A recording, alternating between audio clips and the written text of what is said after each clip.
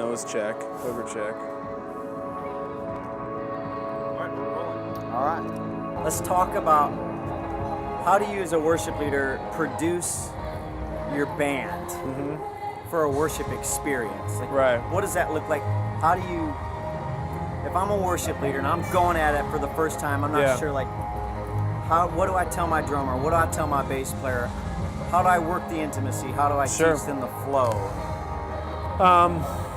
Having a band's like having a family, and a lot of times you don't get to pick your kids. You know what I mean? Your kids have personalities of their own, and your family's going to look like your kids. And it's going to take on the personality of your kids.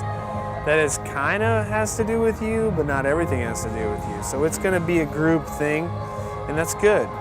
And when your band plays, it should be like your family sitting down at dinner.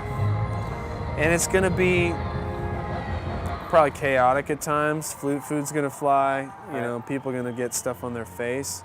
But after a while, there becomes a chemistry. There becomes an identity to this entity.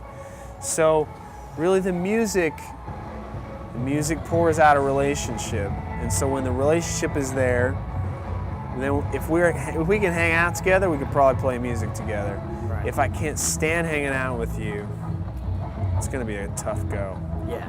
And you might be great musically, but we're gonna have tension, and that's okay. Sometimes in a family, you got one of your kids is like, wow, I love you so much, but you know where my buttons are to push.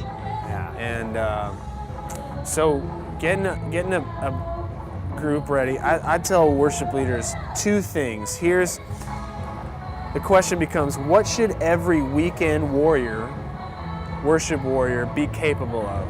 Right. Where's the bar? It's two things. Memorize your music and play to a metronome. If you can play in time and you can internalize the music, this conversation can grow. It's like learn how to eat with a fork and a knife. Right. You know, it's like these are the basics. You can use your hands, but really we need to all kind of get to that level. Right. And the metronome, it just eliminates the distractions when you're memorizing music and not having to stand. Yeah, and it's a process. I wouldn't give yourself 2 months to get there. I'd give yourself like 2 years to get there. Okay. It's like take a while and just say, hey, you know, in 3 months we're gonna do one song in the set by memory, and then in 6 months we're gonna be doing 2 songs in the set by memory, and maybe a year we're gonna be to a place where we can have the chart for a new song for 2 weeks, and then we pretty much need to have it, because you've got to pour out of your own soul. You've got to know what you're standing on and what you're communicating, and that's where the rehearsal, the work comes in.